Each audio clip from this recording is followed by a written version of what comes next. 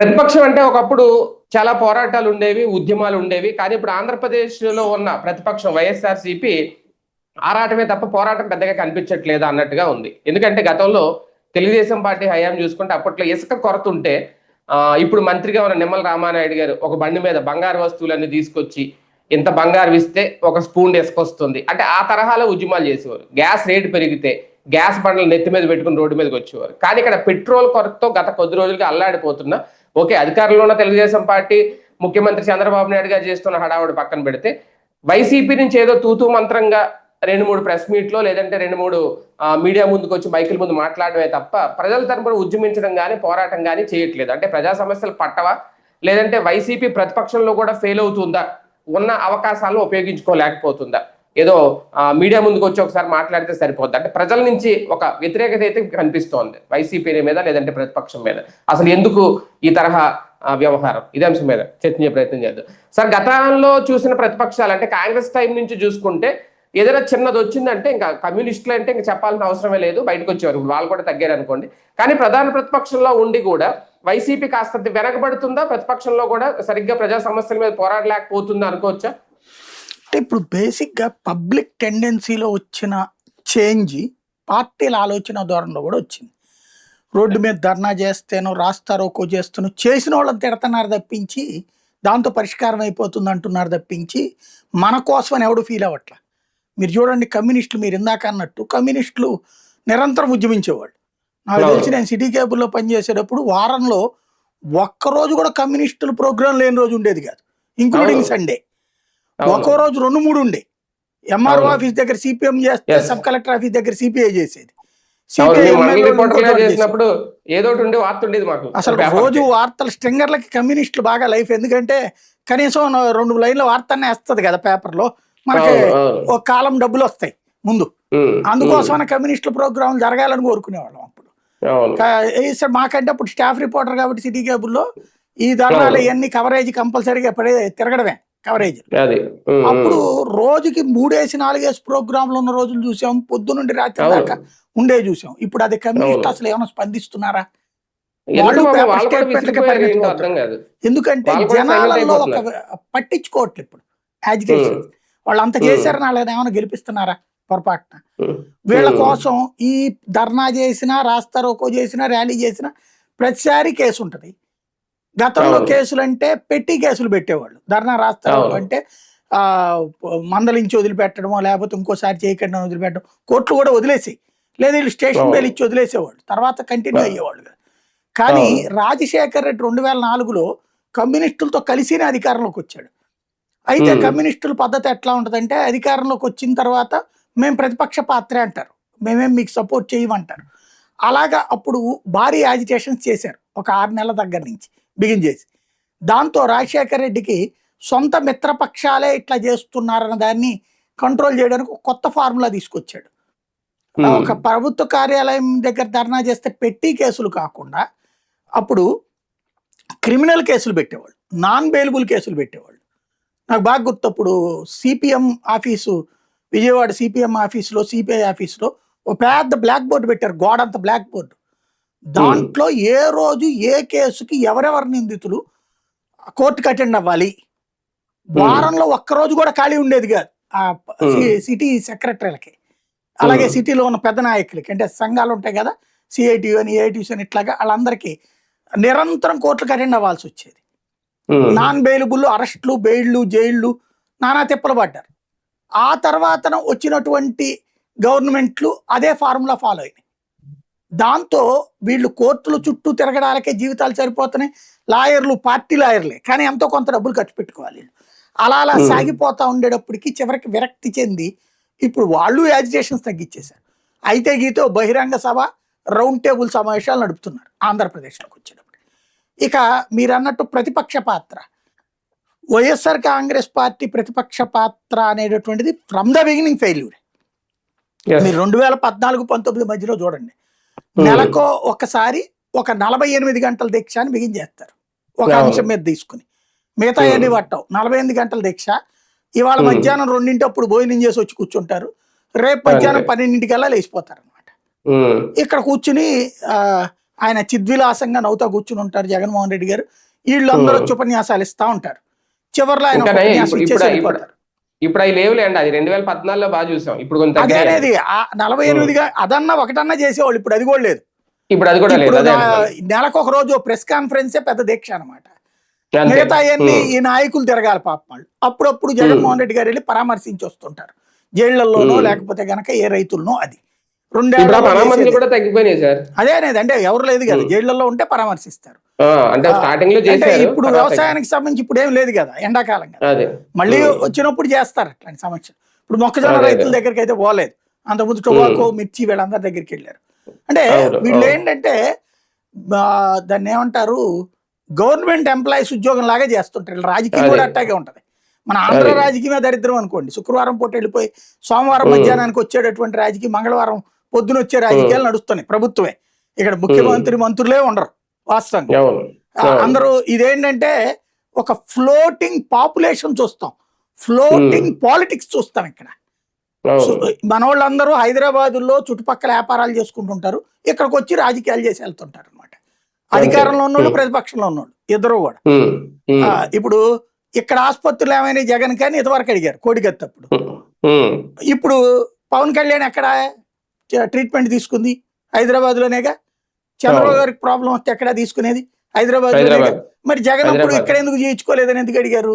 అట్లాగే ఉంటాయి వీళ్ళ మాటలన్నీ కూడా. వీళ్ళందరికీ హైదరాబాద్ తప్పించి ఇంకొక చోట ఎవరు నచ్చరు, ఎవరు ఎక్కరు. మళ్ళీ మన ఆంధ్ర గురించి ప్రయోజనాల గురించి మాట్లాడతారు. ఇంకోటి, ఈ నిరసనల పరంగా చూస్తే ప్రతిపక్ష పాత్ర అనేది తెలుగుదేశం దగ్గర ఒక పుస్తకం తయారు చేసుకుని నేర్చుకోవాలి వీళ్ళు.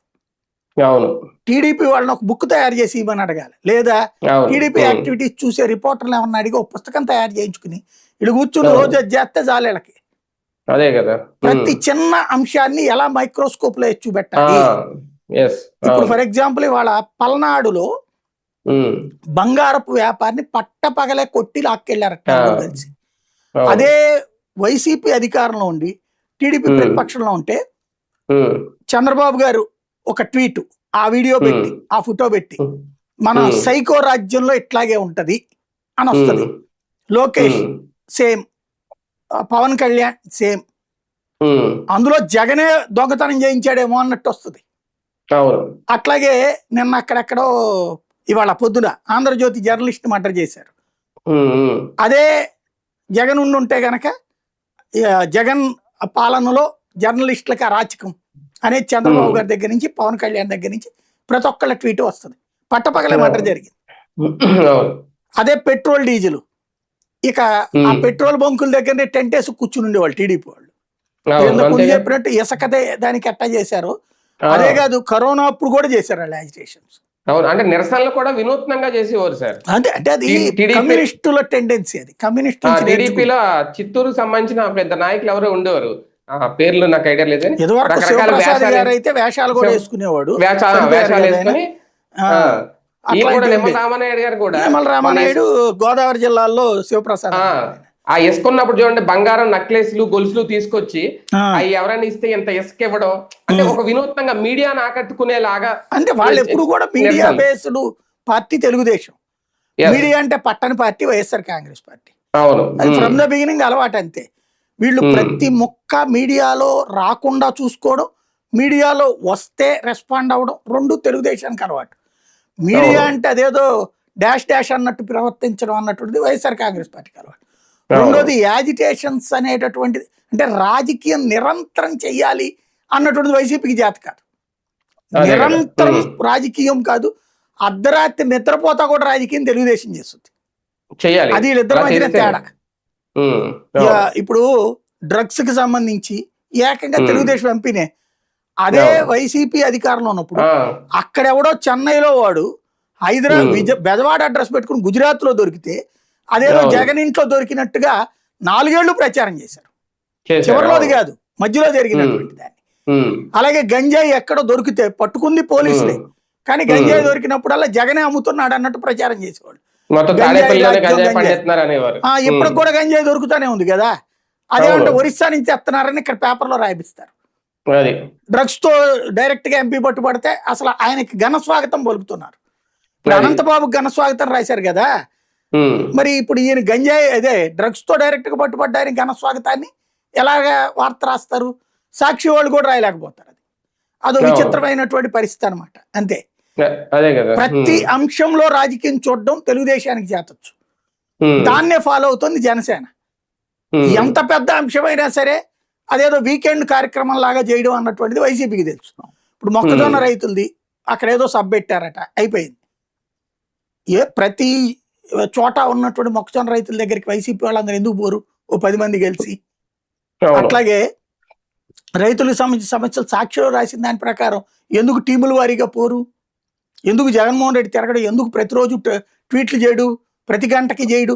అదే క్రైమ్ ప్రతి ఇన్సిడెంట్ని ఆ రోజున చంద్రబాబు కానీ లోకేష్ కానీ ట్వీట్లు చేసేవాళ్ళు. పేపర్లో క్లిప్పింగుల్ని, మన వాట్సాప్ గ్రూపుల్లో వచ్చిన క్లిప్పింగులు కూడా పెట్టి ఇదిగో సైకో గవర్నమెంట్ అని చెప్పేసి వీళ్ళు అసలు పట్టించుకోరు. అది పాపం వాళ్ళ సోషల్ మీడియా ఏదో గొంతు ఘోష నొక్కుతూ ఉంటుంది, అంతకు మించి ఏం కనిపించట్లేదు. ప్రతిపక్ష పాత్రలో ఎప్పుడూ వైఫల్యమే. అదృష్టవశాత్తు అధికారం వచ్చింది, అధికారంలో ఉన్నంతసేపు ప్రతిపక్షమే సక్సెస్ అయింది. మళ్ళీ వీళ్ళు ప్రతిపక్షంలోకి వచ్చాక కూడా మేము ప్రతిపక్షం అన్న సంగతి మర్చిపోయి అధికార పక్షం వాళ్ళు అన్నట్టు ప్రవర్తిస్తున్నారు. అదే వీళ్ళకి తేడా. సార్, వైసీపీలో నాయకుల కొరత అనేది పెద్దగా ఏమీ లేదు. ఒక రకంగా చూసుకుంటే గట్టిగా మాట్లాడే వాళ్ళు చాలా మందే ఉన్నారు. కానీ ఎందుకు అధికారం కోల్పోయిన వెంటనే సైలెంట్ అయిపోతారు?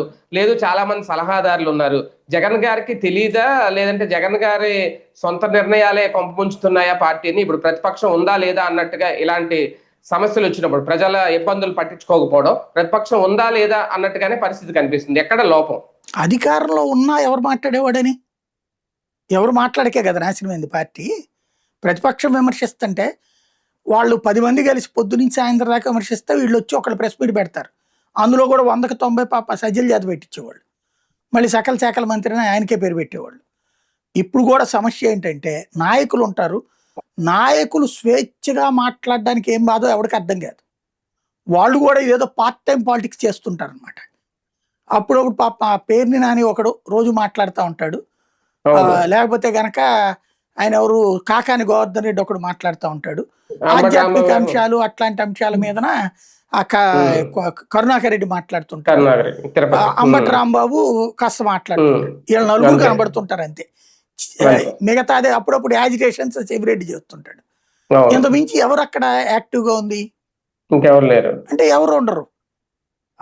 అది ఏంటో అర్థం కాదు. మరి వాళ్ళకి రాజకీయాలు ఎందుకో అవసరం అర్థం కాదు. ఇక ప్రతి క్షణం జరిగేటటువంటి తమ నియోజకవర్గాల రాజకీయాలకే పరిమితం అవుతున్నారు మిగతా నేతలు. అధికార ప్రతినిధుల చేత ఓ ప్రెస్ కాన్ఫరెన్స్ పెట్టిస్తుంది పార్టీ. మీకు అందరికైనా అడగాలి కదా. అరే ఇప్పుడు పెట్రోల్ ఇష్యూ 4 రోజుల నుంచి జరుగుతుంది. చంద్రబాబు దాన్ని క్యాష్ చేసుకునే ప్రయత్నం చేస్తున్నాడు కానీ ఏది తన వైఫల్యాన్ని తనే క్యాష్ చేసుకునే ప్రయత్నం చేస్తుంటే 3 రోజుల నుంచి నిద్రపోతున్నారు వీళ్ళంతా. అంటే వీకెండ్కి వెళ్ళిపోయినట్టున్నారు శుక్రవారం హైదరాబాద్కి. శని ఆదివారాలు అయిపోయాక సోమవారం వాడు వచ్చి, సోమవారం కూడా అయిపోయాక ఇప్పుడు ఏం చేద్దాం అని నిన్న ఆలోచించి మంగళవారం యాజిటేషన్ చేస్తున్నారు అన్నమాట వీళ్ళు. అంటే జగన్ గారు కూడా లండన్ టూర్ వెళ్ళిపోయారంటగా. అవును, ఆయన వెళ్తాడు, ఆయన ఏడాదికి ఒకసారి వెళ్తాడు. వీళ్ళందరూ నిద్రపోమని చెప్తాడేంది ఆయన. అదే కదా, వీళ్ళని ఎవరో డిసైడ్ చేయకూడదు. లోకేష్ చంద్రబాబు ఏం చేస్తారు, నేను మీకు చెయ్యండి అని చెప్పట్లా, మీరు చేసేయండి. రోజు మీరు చేసే యాక్టివిటీ పార్టీ ఆఫీస్కి రావాలి, మీ యాక్టివిటీకి అనుగుణంగా మీకు పదవులు అని చెప్తున్నారు. వీళ్ళు అట్లా చెప్పట్లేదు. ఇక్కడ వీళ్ళు చెప్పిన యాజిటేషన్ చేస్తే చాలా అన్నట్టుంది వైసీపీలో. అందువల్ల ఏమైంది, వాళ్ళు చెప్పినప్పుడు ఆ రోజున ఘనంగా చేద్దాంలే అన్నట్టున్నారు వీళ్ళు. దాంతో పాటు భయాలు ఎక్కువ ఉన్నాయి ఇప్పుడు.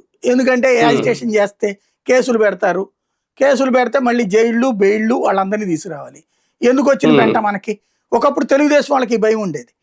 చివరికి జగన్ ఉన్నప్పుడు తెలుగుదేశం వాళ్ళు బయట యాజిటేషన్ చేస్తే కేసులు పెడతారని పార్టీ కార్యాలయంలో కూర్చుని దీక్షలు చేశారు. గద్దె రామ్మోహన్ లాంటి వాళ్ళు తెలుగుదేశం కార్యాలయంలో కూర్చుని, ఈవెన్ రాజశేఖర్ ఉన్నప్పుడు కూడా అట్లాగే జరిగేది. అంత భయం ఉండేది. ఇప్పుడు వీళ్ళు అదే భయపడుతున్నారు అనమాట. యాజిటేషన్ చేస్తే ఇప్పుడు 100 మందిని వేసుకెళ్ళకుండా యాజిటేషన్ చేస్తే చండాలంగా ఉంటుంది. చేస్తే ఖచ్చితంగా వీళ్ళు 20-30 మందిని కేసులు పెడతారు. వాళ్ళందరికీ మళ్ళీ అరెస్టు, జైళ్ళు, బెయిళ్ళు. దాంతో రెండోసారి అటు రాడు. ఎందుకు వచ్చిన పెంట అని చెప్పి వీళ్ళు ఆగిపోతున్నారు. పేపర్ స్టేట్మెంట్లను టీవీల్లో డిబేట్లో మాట్లాడడం తప్పించి, అది కూడా టీవీ డిబేట్లు కూడా ఎవడి పార్టీ ఛానల్ ఆడిదే, అలా నడుస్తుంది. ప్రస్తుతం. ఒకటిసారి డ్రగ్స్ కానీ, గంజాయి కానీ, లేదంటే ఈ పెట్రోల్ డీజిల్ కానీ, లేదంటే గ్యాస్ కానీ, ఇలా చాలానే ప్రజల సమస్యలు ఉన్నాయి. వీటన్నిటి మీద ఏదో తూతూ మంత్రంగా మాట్లాడటం తప్ప జగన్ గారు కూడా ఒక ప్రెస్ మీట్ కే పరిమితం అవుతున్నారు తప్ప బయటికి రావట్లేదు. అంటే నిజంగా కూటమి ప్రభుత్వం అరెస్టులు చేస్తుందనో, కేసులు పెడుతుందనో ఆ భయమే ఇంకా 2 ఏళ్లు దాటుతున్నా సరే ఇంకా వెంటాడుతుందా ప్రతిపక్షాన్ని? ఖచ్చితంగా నాకు తెలిసి లాస్ట్ ఇయర్ ఏమన్నా రోడ్డు మీదకి రాగలుగుతారు. ఎందుకంటే ఇప్పుడు వస్తే, ఇప్పుడు చేస్తే అరెస్టులు, జైళ్ళు, తర్వాత వేధింపులు ఉంటాయి, ఇళ్ల మీద దాడులు, లేకపోతే వ్యాపారాలు చెడగొట్టడాలు ఇవన్నీ జరుగుతున్నాయి కదా. ఓ రకంగా చెప్పాలంటే బెంగాల్ నడుస్తుంది మన దగ్గర, హాఫ్ బెంగాల్, ఇప్పటికి పూర్తి బెంగాల్ అవ్వలేదు, అంతే తేడా. ఇలాంటి సిచ్యువేషన్ లో ఎందుకు వచ్చిన గొడవ? లాస్ట్ 6 months ముందు ఏమన్నా తెగిస్తారు అంతే తప్పించి ఇప్పుడు తెగించే ధైర్యం చాలట్లేదు చాలా మందికి. ఇప్పుడు ఎవరో ఎమ్మెల్యే అక్కడ అయ్యన్నపాత్రుడు ఏరియాలో వెళ్ళి నిరసన చేయడానికి వెళ్ళాడు, ఏదో మట్టి తవ్వుకుపోతున్నారని. వెంటనే రాత్రి కొట్టేశారు అతని ఇది పగలగొట్టారు, వెహికల్ అవన్నీ. కనీసం కేసు కూడా పెట్టరు అవతల, పైగా రివర్స్ లో కేసు పెడతారు. ఇప్పుడు ఫర్ ఎగ్జాంపుల్ అక్కడ ఏదో అనంతపురం జిల్లాలో హనీ ట్రాప్ జరిగింది, వాళ్ళు సాక్షిలో రాసుకొచ్చారు. ఆ అనంతపురం జిల్లాలో బోల్డంతమంది నాయకులు ఉన్నారు కదా, ఎందుకు ఆందోళనకి దిగలేదు వాళ్ళందరూ? దిగినప్పుడు వెనకాల జనం రావాలి, వస్తే వాళ్ళని అరెస్ట్ చేస్తారు, కేసులు పెడతారు. అసలు కేసు కంటే ఇది ప్రచారం ఎక్కువ చేస్తారు. ఎవడి కాడు ఎందుకు రెడ్ బుక్ రాజ్యాంగం బాగా భయపెడుతుంది వీళ్ళని. వైసీపీలో కూడా పార్టీ అధిష్టానం ఏదైనా ఒక గీత గీసి ఈ గీత దాటద్దంటుందా? అందుకే వీళ్ళందరూ సైలెంట్ అవుతున్నారా, లోకల్ లీడర్స్ కూడా? ఎందుకంటే నాకు తెలిసి అధినాయకత్వం అట్లా అంటుంది అనుకోవట్లేదు. ఎందుకంటే మొన్న కూడా జగన్ కూర్చోబెట్టి మీటింగ్లు పెట్టి మీరు యాక్టివ్ అవ్వండి అని చెప్తున్నాడు కదా. యాక్టివ్ అంటే వీళ్ళ దృష్టిలో జెండా పుచ్చుకుని తిరగడం అనుకుంటున్నట్టున్నారు. నిరంతరం యాజిటేషన్ చేయడం అంటే మేబీ జగన్ కూడా వచ్చే ఏడాది పాదయాత్ర అప్పటి నుంచి ఇస్తాడేమో. నన్ను అడిగితే జగన్ పాదయాత్ర బిగిన్ అయిన తర్వాత వీళ్ళ యాజిటేషన్స్ అనవసరం కదా, ఇకప్పుడు అదే ప్రచారంలో ఉంటది కదా. ఈ 2 ఏళ్ళు ఈ ఏడాది వీళ్ళు యాజిటేషన్ చేయాలి కదా, జనంలో ఉండాలి కదా. అప్పుడు రేపు జనం దగ్గరికి జగన్ వెళ్ళినప్పుడు ఒక ఇది ఉంటది, వ్యాలిడిటీ ఉంటుంది. కాబట్టి సంథింగ్ ఇక్కడ మిస్ అవుతున్నారు. ఇంకా 2 ఏళ్ళైనా ఇంకా యాక్టివ్ లోకి రాలేదు అనుకోవాలి. భయంతో ఉన్నారు, యాక్టివ్ లో రాకపోవడం కాదు, భయం అన్నమాట. భయం వెంటాడుతుంది ఇంకా. రైట్, చూద్దాం. నిజంగా వైఎస్ఆర్సీపీ కొన్ని అవకాశాలు మిస్ చేసుకుంటుందా రాష్ట్రంలో? ఈ రాజకీయాలు లేదంటే ఆయన వేరే యావిగేషన్స్ ఏమైనా ఉన్నాయా రాజకీయాలకు సంబంధించి ఏంటనేది అర్థం కాదు. కానీ ప్రతిపక్షం ఏది ఎక్కడ అనే ప్రశ్న అయితే వినిపిస్తోంది ప్రజల్లో. ప్రతిపక్షం బలంగానే ప్రజల తరపు నుండి వాళ్ళ వారిని వినిపిస్తేనే ప్రభుత్వం దిగి వస్తుంది. ఇలా సైలెంట్ గా ఉండడం వల్ల వాళ్ళ యాక్టివిటీ ఏంటో ప్రజలకు తెలియదు, ప్రభుత్వం తాను చేయాల్సిన పని చేసుకుంటూ అయితే పోతుంది. ఫైనల్ గా పబ్లిక్ ఇబ్బందులు అయితే తప్పట్లేదు. చూద్దాం ఏం జరుగుతుందో, ముందు ఏమైనా మారుతారేమో.